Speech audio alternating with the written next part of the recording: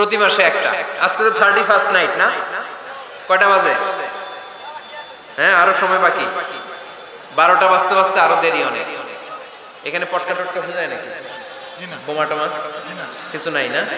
মাশাআল্লাহ, সুজানগরের লোক তো খুব আল্লাহওয়ালা দেখি। আল্লাহ কবুল করুক। এই যে নতুন বছরের জন্য প্ল্যান নেন, ঘরটারে কি করে সুখী সমৃদ্ধ বানাবেন। প্রতি মাসের জন্য কয়টা সূরা? 12 মাসে তাহলে কয় সূরা? 12 সূরা। প্রতি সপ্তাহে আপডেট নেবেন, খোঁজ খবর নেবেন, কয় আয়াত হইলো তোমার। স্ত্রীর খোঁজ খবর নেবেন, সন্তানের খোঁজ খবর নেবেন, কয় আয়াত হলো। মাস শেষে সবাই সবার কাছ থেকে শুনবেন, ঘরের বরকত বাড়ায় দিবে কে? এরকম ফ্যামিলি আমাদের সবার হোক, আমরা চাই না? হ্যাঁ, স্ত্রী তার স্বামীকে কোরআন তেলাওয়াত করে শোনায়, স্বামী তার স্ত্রীকে কোরআন তেলাওয়াত করে শোনায়, বাবা তার সন্তানকে কোরআন তেলাওয়াত করে শোনায়, সন্তান তার বাবাকে কোরআন তেলাওয়াত করে শোনায়। আপনার ছেলে মেয়েরা যখন কোরআন পড়ে আওয়াজ করে পড়তে বলেন, যাতে ভুল হলে শুধরে দিতে পারে। এবং প্রতি মাসে যে সূরাটা মুখস্থ করবেন, ওই সূরাটা তাদাব্বুরে কোরআন করতে হবে, অর্থ জানতে হবে। মাতৃভাষায় কোরআনের অর্থ জানার দরকার আছে না নাই? তাহলে ঘরে কোরআন তেলাওয়াত করবেন। আল্লাহ রাসূল সাল্লাল্লাহু আলাইহি ওয়াসাল্লাম আম্মা জান আয়েশা রাদিয়াল্লাহু তাআলা আনহার কোলের মধ্যে মাথা রেখে কোরআন তেলাওয়াত করতেন। সুবহানাল্লাহ নাই? বিয়ে করছেন কারা কারা দেখি হাত তোলেন। বিবাহিতদেরকে সুজানগরে কি বলেন আপনার আঞ্চলিক ভাষায়? বিবাহিত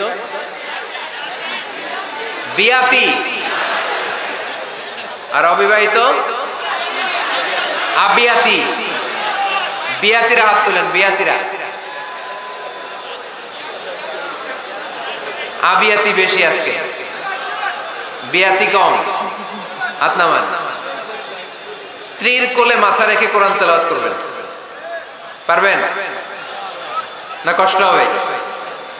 স্ত্রীর কোলে মাথা রেখে কোরআন তেলাওয়াত করবেন, এটা সুন্নাহ। আল্লাহ রাসূল সাল্লাল্লাহু আলাইহি সাল্লাম আম্মা জান আয়েশা রাদিয়াল্লাহু তাআলা আনহার কোলে মাথা রেখে কোরআন তেলাওয়াত করতেন। আম্মা জান আয়েশা রাদিয়াল্লাহু তাআলা আনহা বলেন, কানা রাসূলুল্লাহ সাল্লাল্লাহু আলাইহি ওয়াসাল্লাম ইয়াকরাউল কুরআন ওয়া রা'সুহু ফি হাজরি ওয়া আনা হায়েদ। আমার মাসিক চলা অবস্থায়, মেনস্ট্রুয়েশনাল পিরিয়ড চলা অবস্থায় আমার কোলে মাথা রেখে বিশ্বনবী কোরআন তেলাওয়াত করেছেন, আর আমি শুনেছি। চিল্লায় পড়েন সুবহানাল্লাহ। ঘরে শান্তি নাই, কারণ কোরআন তেলাওয়াত নাই। তো কোরআনের তেলাওয়াতও নাই, শান্তিও নাই। আল্লাহর হাবিব সাল্লাল্লাহু আলাইহি ওয়াসাল্লাম বলেছেন, সহিহ মুসলিমের হাদিস, লা তাজআলু বুয়ুতাকুম মাকাবিরা, তোমরা তোমাদের ঘরটারে গোরস্থান বানিয়ে রেখো না। ফা ইন্না শাইতানা ইয়ানফিরু মিনাল বাইতিল্লাযী তুকরাউ ফীহি সূরাতুল বাকারা, কারণ শয়তান ওই ঘর থেকে দৌড়ে পালায় যেই ঘরে সূরাতুল বাকারা তেলাওয়াত করা হয়। সুবহানাল্লাহ পড়েন।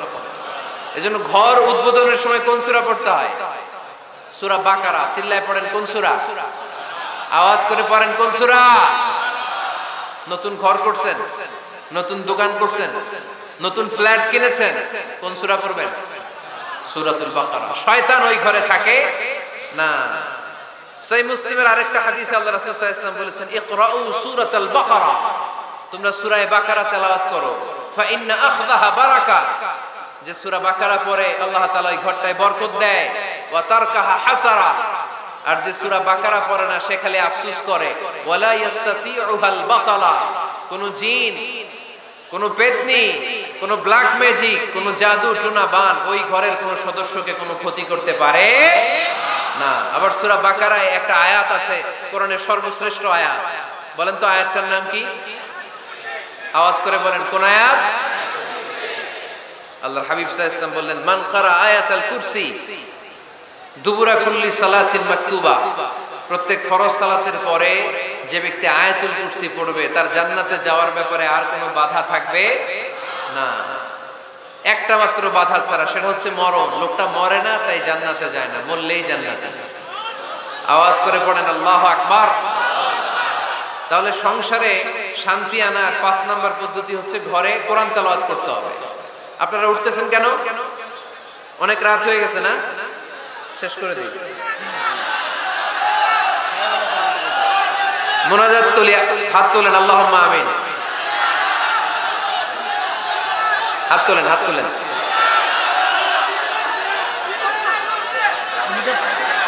প্রসাদ করবে তো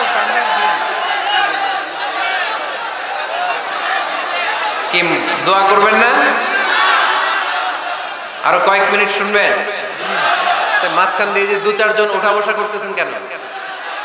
পেশাব ধরছে এটা? ঠিক আছে, জি হয়। আসরের সময় আসছে? ওরে আল্লাহ রে, মাগরিবের সময় আসছেন কে কে দেখি?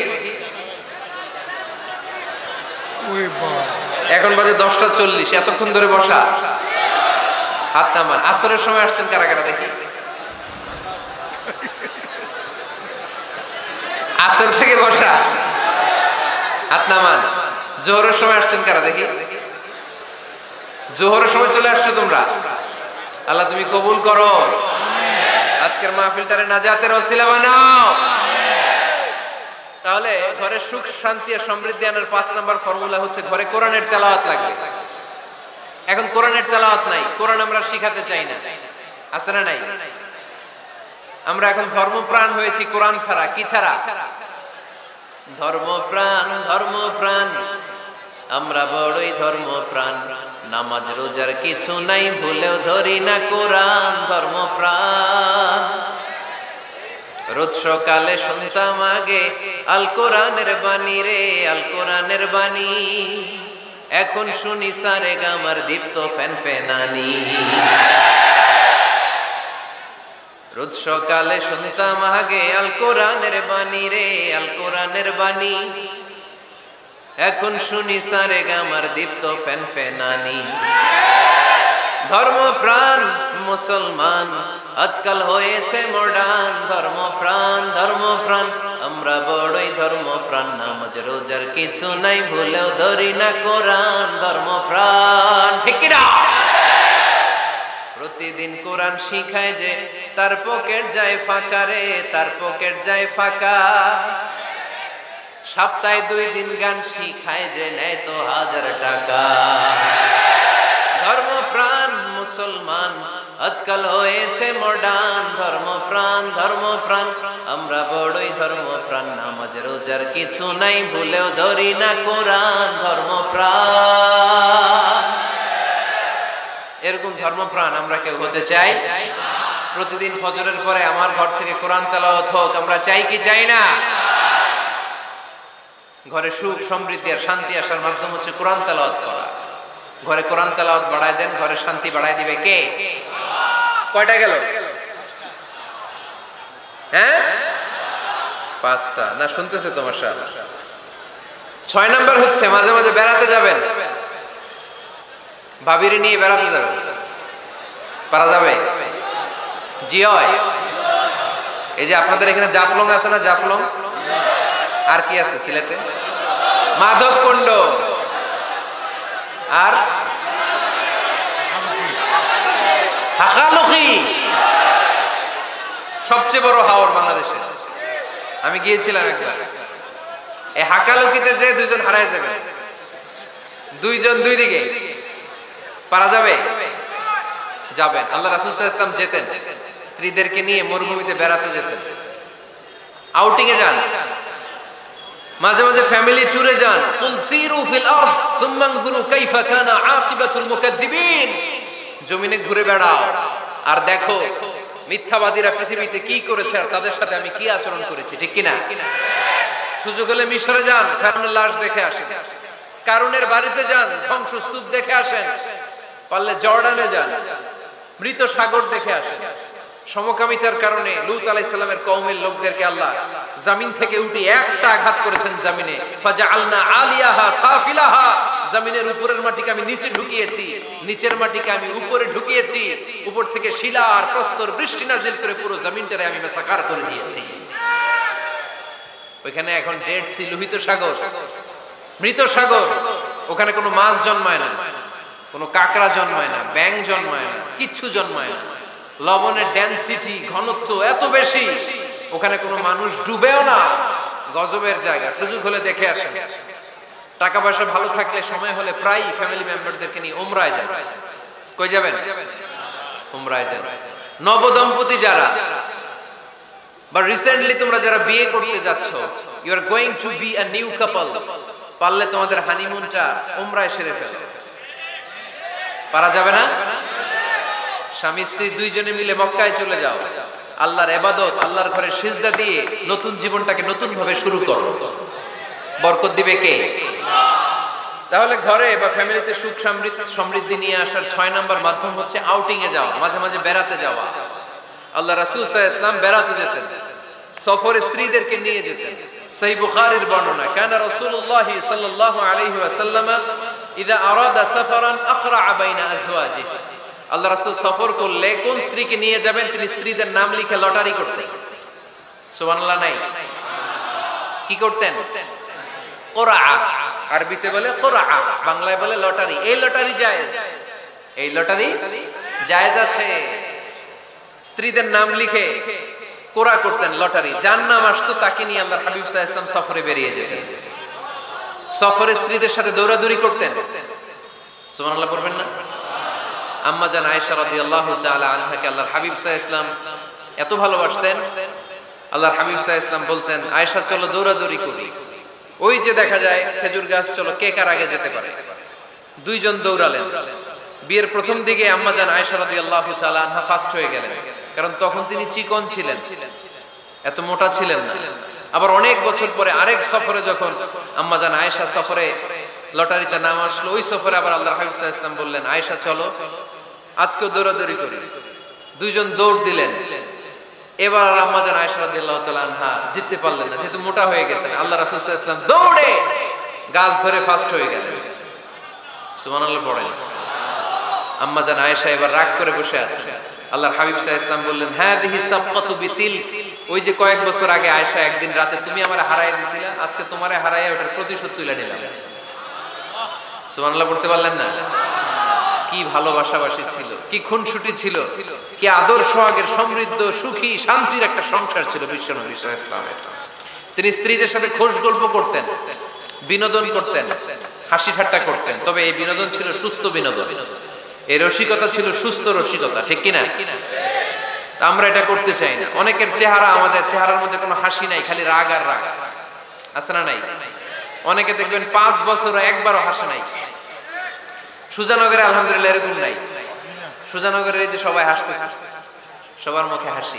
হাসবেন, মুচকি হাসবেন, মুচকি হাসি দেওয়া সুন্নাত। আর মুচকি হাসতে পয়সা লাগে না। পয়সা লাগে তো হাসেন না কেন? মুচকি হাসেন, হাসি দেওয়া সুন্নাত। তো তাহলে 6 নাম্বার যে পদ্ধতি আমরা পেলাম ঘরে সুখ শান্তি আনার, মাঝে মাঝে ফ্যামিলি মেম্বারদেরকে নিয়ে আমরা হাকালুকি হাওড়ে হারিয়ে যাব। আমরা মাধবকুণ্ড বেড়াতে যাব, আমরা জাফলং এ যাব, পারলে আমরা কক্সবাজার সমুদ্র সৈকতে যাব। যেমনটি আল্লাহর হাবিব সাল্লাল্লাহু আলাইহি ওয়াসাল্লাম স্ত্রীদেরকে নিয়ে বেড়াতে যেতেন। ইনশাআল্লাহ পড়েন, পারবেন তো? যাবেন তো সবাই? আচ্ছা। 7 নাম্বার পদ্ধতি সংসারে সুখ শান্তি ফিরে আনার, ফ্যামিলির গুরুত্বপূর্ণ বিষয়ে সিদ্ধান্ত নিতে পরামর্শ করবেন। ফ্যামিলি মিটিং কি করবেন? কি মিটিং? ফ্যামিলি মিটিং করবেন, পরামর্শ। এক্ষেত্রে স্ত্রী, সন্তান, ভাই, বোন, আব্বা আম্মা সবার পরামর্শ নেবেন। অনেকে আছে কারো কথা শোনে না, মনে যা চায় তাই করে, আছে না নাই? পরে আফসোস করে, পরে হাই হাই করে। কারণ যারা পরামর্শ করে এরা কোনোদিন হাই হাই করা লাগে না। চিল্লায় বলেন ঠিক কিনা?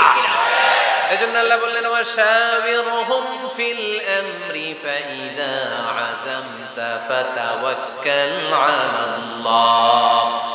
গুরুত্বপূর্ণ বিষয়ে সিদ্ধান্ত নেবার আগে তোমরা পরামর্শ করে নাও। যখন তোমরা পরামর্শ করে সঠিক সিদ্ধান্তে উপনীত হয়ে যাবে, তখন তাওয়াক্কুল করবা একজনের উপর, তিনি কে? সিদ্ধান্ত যখন নিয়ে ফেলবেন আল্লাহর উপর তাওয়াক্কুল করবেন। এজন্য পরামর্শের কোনো বিকল্প নাই। পরামর্শ নেবেন, স্ত্রীদেরও পরামর্শ নেবেন। অনেকে বলে, আরে মেয়ে মানুষ কি পরামর্শ নেবে, আমি তো সব জানি। এরকম আছে না নাই? না, অনেক সময় নারীদের পরামর্শ কাজে লাগে। আমাদের বোনদের মাথায় ভালো ভালো বুদ্ধি আছে না নাই? বুদ্ধি আছে। আপনারা হুদাইবিয়ার সন্ধির নাম শুনেছেন? কত হিজরিতে? 6ষ্ঠ হিজরিতে 1400 সাহাবা আল্লাহ রাসূল সাল্লাল্লাহু আলাইহি ওয়াসাল্লামকে নিয়ে উমরা করার জন্য গেল, কিন্তু কাফেররা মক্কায় ঢুকতে দিবে না। তখন একটা সন্ধি হলো যে এই বছর আমরা ফিরে যাব। আল্লাহর হাবিব সাল্লাল্লাহু আলাইহি ওয়াসাল্লাম ওই সন্ধিতে রাজি হলেন। আংটির মধ্যে মুহাম্মদ রাসূলুল্লাহ সিল মারলেন, রাজি, কিন্তু সাহাবারা রাজি না। সাহাবারা বললেন, ইয়া রাসূলুল্লাহ, এত কষ্ট করে 1400 সাহাবা উমরা করার জন্য এসেছি, উমরা না করেই আমরা ফিরে যাব, আমরা যাব না। আল্লাহ হাবিব সাল্লাল্লাহু আলাইহি ওয়াসাল্লাম এদেরকে আদেশ করলেন, কুমু ওয়ানহারু, যেহেতু সন্ধি হয়েছে আমি সন্ধি ভঙ্গ করতে পারবো না, সন্ধির নিয়ম অনুযায়ী এবছর আমরা ফিরে যাব, আমরা উমরা করব না। আর যেহেতু আমরা পশু নিয়ে এসেছি, সবাই পশু জবাই করো, মাথার চুল হালাক করে হালাল হয়ে যাও। কিন্তু কেউ কথা শোনে না, কেউ কথা শোনে না। 1400 সাহাবা বসে আছে। আল্লাহ রাসূল সাল্লাল্লাহু আলাইহি ওয়াসাল্লাম ধমক দিয়ে আদেশ করলেন, কুমু ওয়ানহারু, দাঁড়াও, পশুগুলোকে জবাই করো, মাথার চুল ফেলে দিয়ে হালাল হয়ে যাও। কেউ কথা শোনে না। আবার বললেন, কুমু ওয়ানহারু, 1400 সাহাবা, কেউ শোনে না। আল্লাহর হাবিব সাল্লাল্লাহু আলাইহি ওয়াসাল্লাম এত বিব্রতকর পরিস্থিতিতে কখনো পড়েন নাই, কোনোদিন না। মনটা খারাপ করে আল্লাহ রাসূল সাল্লাল্লাহু আলাইহি ওয়াসাল্লাম তাঁবুর ভিতরে ঢুকে গেলেন। ওই সফরে লটারিতে নাম এসেছিল উম্মে সালামা রাদিয়াল্লাহু তাআলা আনহা। সুবহানাল্লাহ পড়বেন না? উম্মে সালামা রাদিয়াল্লাহু তাআলা আনহা আমাদের আম্মা জান, আল্লাহ রাসূল সাল্লাল্লাহু আলাইহি ওয়াসাল্লামের স্ত্রী। বিশ্বনবী সাল্লাল্লাহু আলাইহি ওয়াসাল্লামকে চিন্তিত আর বিমর্ষ দেখে জিজ্ঞেস করলেন, ইয়া রাসূলুল্লাহ, কি সমস্যা? আল্লাহর হাবিব সাল্লাল্লাহু আলাইহি ওয়াসাল্লাম পুরো ঘটনাটা খুলে বললেন। খুলে বলার পরে এবার উম্মে সালামা বলেন, ইয়া রাসূলুল্লাহ, আমার মাথায় এক বুদ্ধি আছে। আমার মাথায় কি আছে? এক বুদ্ধি আছে, আপনি চাইলে এটা আমল করতে পারেন। আল্লাহর হাবিব সাল্লাল্লাহু আলাইহি ওয়াসাল্লাম বললেন, কি বুদ্ধি আছে তোমার মাথায় বলো। উম্মে সালামা রাদিয়াল্লাহু তাআলা আনহা বললেন, ইয়া রাসূলুল্লাহ সাল্লাল্লাহু আলাইহি ওয়াসাল্লাম, আপনি কারোর সাথে কথা বলবেন না, কাউকে আদেশ করবেন না, আপনি নিজে ঘর থেকে এখন বের হয়ে যাবেন, নিজেই আপনার উটটাকে আপনি নহর করে ফেলবেন, মানে জবাই করে ফেলবেন। এরপর আপনার চুল যে সাহাবা সব সময় কেটে দেয় তাকে আদেশ করবেন আপনার চুল ফেলে দেওয়ার জন্য, বাকিটা কি হয় নিজেই দেখবেন। সুবহানাল্লাহ পড়বেন না? উম্মে সালামা রাদিয়াল্লাহু তাআলা আনহার পরামর্শ অনুযায়ী আল্লাহর হাবিব সাল্লাল্লাহু আলাইহি ওয়াসাল্লাম তাবু থেকে বের হলেন, নিজ হাতে ছুরি দিয়ে উটকে নহর করলেন। উট জবাই করা যায় না। কুরবানির সময় ঈদুল আযহায় 10-12 জন মিলে গরুকে রশি দিয়ে বেঁধে মাটিতে শুইয়ে গলার মধ্যে আমরা যেভাবে জবাই করি, উটকে ওইভাবে জবাই করা যায় নাকি? আরব বিশ্বে আমাদের ভাইরা ছিল, তারা জানে উট জবাই হয় না, উটকে করতে হয় নহর। আল্লাহর হাবিব সাল্লাল্লাহু আলাইহি ওয়াসাল্লাম নিজে ছুরি নিয়ে ওটার গলার মধ্যে এরকম খোঁচা মারলেন, ফিনকি দিয়ে ঝমঝম করে রক্ত বেরোতে শুরু করলো, নহর হয়ে গেল। সাহাবারা দৃশ্য দেখে অবাক। আল্লাহর হাবিব বললেন, আইনা হালিকি, আমার মাথার চুল হালাক করে দেয় ওই সাহাবী কই? আমার সেলুনম্যান কোথায়? আমার বারবার কোথায়? আল্লাহর হাবিবের কথা শুনে বিশ্বনবীর ওই সাহাবী এসে দাঁড়িয়ে গেল। আল্লাহর হাবিব বলল, আমার মাথার চুল তুমি ফেলে দাও। ওই সাহাবী বিশ্বনবীর মাথার চুল ফেলে দিল। এই দৃশ্য দেখে 1400 সাহাবী ধৈর্য ধারণ করতে পারলো না, দাঁড়িয়ে থাকতে পারলো না। এই দৃশ্য দেখা মাত্র 1400 সাহাবী সবাই দাঁড়িয়ে নিজেদের পশু জবাই করে সবাই নিজেদের মাথা হালাক করে হালাল হয়ে গেল। আওয়াজ করে পড়েন আল্লাহু আকবার। The problem solved. কার পরামর্শে? কার পরামর্শে? স্ত্রীর পরামর্শে। আল্লাহর হাবিব সাল্লাল্লাহু আলাইহি ওয়াসাল্লাম কারোর সাথে কথা না বলে বের হয়ে নহর করলেন, নিজের মাথার চুল ফেলে দিলেন। এই দৃশ্য যখন সাহাবারা দেখলো যে নবী এটা করেছে, আর বসে থাকা যায় না। 3 বার আদেশ করার পরেও আমরা অনেক আবেগ দেখিয়েছি, আর আবেগ নয়, আমার নবী যাই করেছে আমরা তাই করব। 1400 সাহাবা পশু জবাই করা শুরু করে দিল, মাথার চুল ফেলে দিয়ে হালাল হয়ে গেল। আওয়াজ করে পড়েন সুবহানাল্লাহ। তার মানে মাঝে মাঝে নারীদের পরামর্শেরও দরকার আছে না নাই? এজন্য একা একা সিদ্ধান্ত নেবেন না, নারীদের কাছ থেকে পরামর্শ নেবেন। আল্লাহর হাবিব সাল্লাল্লাহু আলাইহি ওয়াসাল্লাম নারীদের পরামর্শের গুরুত্ব দিয়েছেন। মাঝে মাঝে জুনিয়রদের পরামর্শ নিতে হয়, ছোট্ট বাচ্চাদের পরামর্শ নিতে হয়। ছোট্ট বাচ্চাদেরকে বোকা মনে করবেন না, ছোট্ট ছেলে মেয়েদেরকে বোকা ভাববেন না, ওদের মাথায় বুদ্ধি আছে। মাঝে মাঝে জুনিয়ররা সিনিয়রদেরকে হারায় দেয়, আছে না নাই? আল্লাহর হাবিব সাল্লাল্লাহু আলাইহি ওয়াসাল্লামের একটা বৈশিষ্ট্য ছিল, তিনি কিছু খেলে খাওয়ার পরে বন্টন করলে কোন দিক দিয়ে করতেন? আওয়াজ করে বলেন না, ডান দিক থেকে। একবার তিনি দুধ খেলেন, দুধ খেয়ে বন্টন করবেন, কিন্তু ডান দিকে দাঁড়িয়ে ছিল একটা ছোট্ট ছেলে আর বাঁ দিকে মুরব্বী সাহাবী। আল্লাহর হাবিব সাল্লাল্লাহু আলাইহি ওয়াসাল্লাম এই ছোট্ট ছেলের কাছ থেকে অনুমতি চাইলেন। তার মানে ছোট্টদেরও পরামর্শ দরকার আছে না নাই? আল্লাহর হাবিব বললেন, আতাযানু লি আন উ'তিয়া হাউলা, আমার স্বভাব হলো খাবার বন্টনের সময় ডান দিক থেকে করি, কিন্তু এখন ডান দিকে তুমি ছোট্ট মানুষ, বাম দিকে বয়স্ক সাহাবারা, তুমি যদি অনুমতি দাও তোমার আগে বয়স্ক সাহাবাদেরকে দিয়ে আমি খাবার বিতরণ করতে চাই। ছোট্ট ছেলেটা বলল, ইয়া রাসূলুল্লাহ লা উসিরু বিনাসিবি মিনকা হাদান, আপনার এই বরকতের জিনিস আমি অন্য কাউরে দিতে চাই না। আমার ভাগেরটা আমি আগে খাইতে চাই, যেহেতু হিসাবে আমি পাই আমারে আগে দেন, আমি দিব না। সুবহানাল্লাহ পড়েন। সে যেহেতু রাজি হয় নাই, আল্লাহ রাসূল সাল্লাল্লাহু আলাইহি ওয়াসাল্লাম দিতেও পারে নাই। আল্লাহর হাবিব সাল্লাল্লাহু আলাইহি ওয়াসাল্লাম দুধের পেয়ালাটা মুরব্বিদের হাতে না দিয়ে ছোট্ট বাচ্চার হাতে তুলে দিয়েছে। চিল্লায় পড়েন আল্লাহু আকবার। তাহলে ছোট্ট বাচ্চাদের পরামর্শের দলিল আছে না নাই? আল্লাহ রাসূল সাল্লাল্লাহু আলাইহি ওয়াসাল্লাম একবার ওয়াজ করতেছেন, সহিহ বুখারীর বর্ণনা। আল্লাহর হাবিব সাল্লাল্লাহু আলাইহি ওয়াসাল্লাম বললেন, ইন্না মিনাশ শাজারি শাজারা, এক ধরনের গাছ আছে, লা ইয়াসকুতু ওয়ারাকুহা, যেই গাছের পাতা কোনোদিন ঝরে না, পাতা পড়ে না, একটা গাছ আছে। মাসালুহা কামাসালিল মুসলিম, এই পাতার দৃষ্টান্ত মুসলিমের দৃষ্টান্ত একই। হাদিসুনি মা হিয়া, দেখি তো কোন সাহাবী বলতে পারে এটা কোন গাছ। আল্লাহর হাবিব বললেন, এমন একটা গাছ আছে যেই গাছের কোনো পাতা ঝরে না। এই পাতার দৃষ্টান্ত, গাছের দৃষ্টান্ত, মুমিনের দৃষ্টান্ত একরকম। ফাহাদিসুনি মা হিয়া, কে আছো বলতে পারো এটা কোন গাছ? কেউ পারে না। সাহাবারা মনে করছে এটা মরুভূমির কোন একটা গাছ হবে। কেউ বাড়ির পাশে যে খেজুর গাছ আছে এটা খেয়াল করে না, সবাই চলে গেছে অন্য গাছের দিকে। ক্যাকটাস, গুলমলতা, মরুভূমির রেয়ার যে গাছগুলো আছে, দুর্লভ দুষ্প্রাপ্য গাছগুলো, তারা এক একজন একটার পর নাম বলতে আরম্ভ করলো। আল্লাহ রাসূল সাল্লাল্লাহু আলাইহি ওয়াসাল্লাম বললেন হয় নাই, একজন বলে একটা, আল্লাহর হাবিব বললেন হয় নাই। সবশেষে কেউ যখন পারে না, আল্লাহ রাসূল সাল্লাল্লাহু আলাইহি ওয়াসাল্লাম বললেন ইন্নাহা নাখলা, এটা খেজুর গাছ। এটা কি গাছ? সবাই বলেন কি গাছ? খেজুর গাছ। কেউ পারে নাই। ওয়াজ শেষ, নসিহত শেষ, সবাই বাড়ি ফিরে যাচ্ছে। সাইয়েদনা ওমর ফারুক রাদিয়াল্লাহু তাআলা আনহু ওনার ছেলে আব্দুল্লাহ ইবনে ওমরকে নিয়ে যাচ্ছে।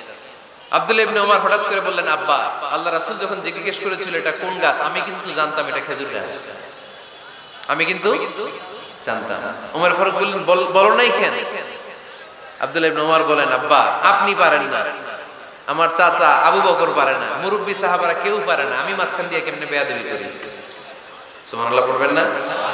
ওমরে ফারুক বললেন, বলো কি, তুমি যদি আজকে বিশ্বনবীর সামনে উত্তরটা দিতে পারতা, আমার ছেলে উত্তর দিতে পেরেছে, এটা জেনে আমার বুকটা এত বড় হয়ে যেত। ও আব্দুল্লাহ, কেন তুমি বললা না? আজকে কেউ প্রশ্নের উত্তর করতে পারে নাই, তুমি যদি বিশ্বনবীর সামনে দাঁড়িয়ে প্রশ্নের উত্তর করতে পারতা, আমার বুকটা এত বড় হয়ে যেত। কেন বললা না? তুমি বল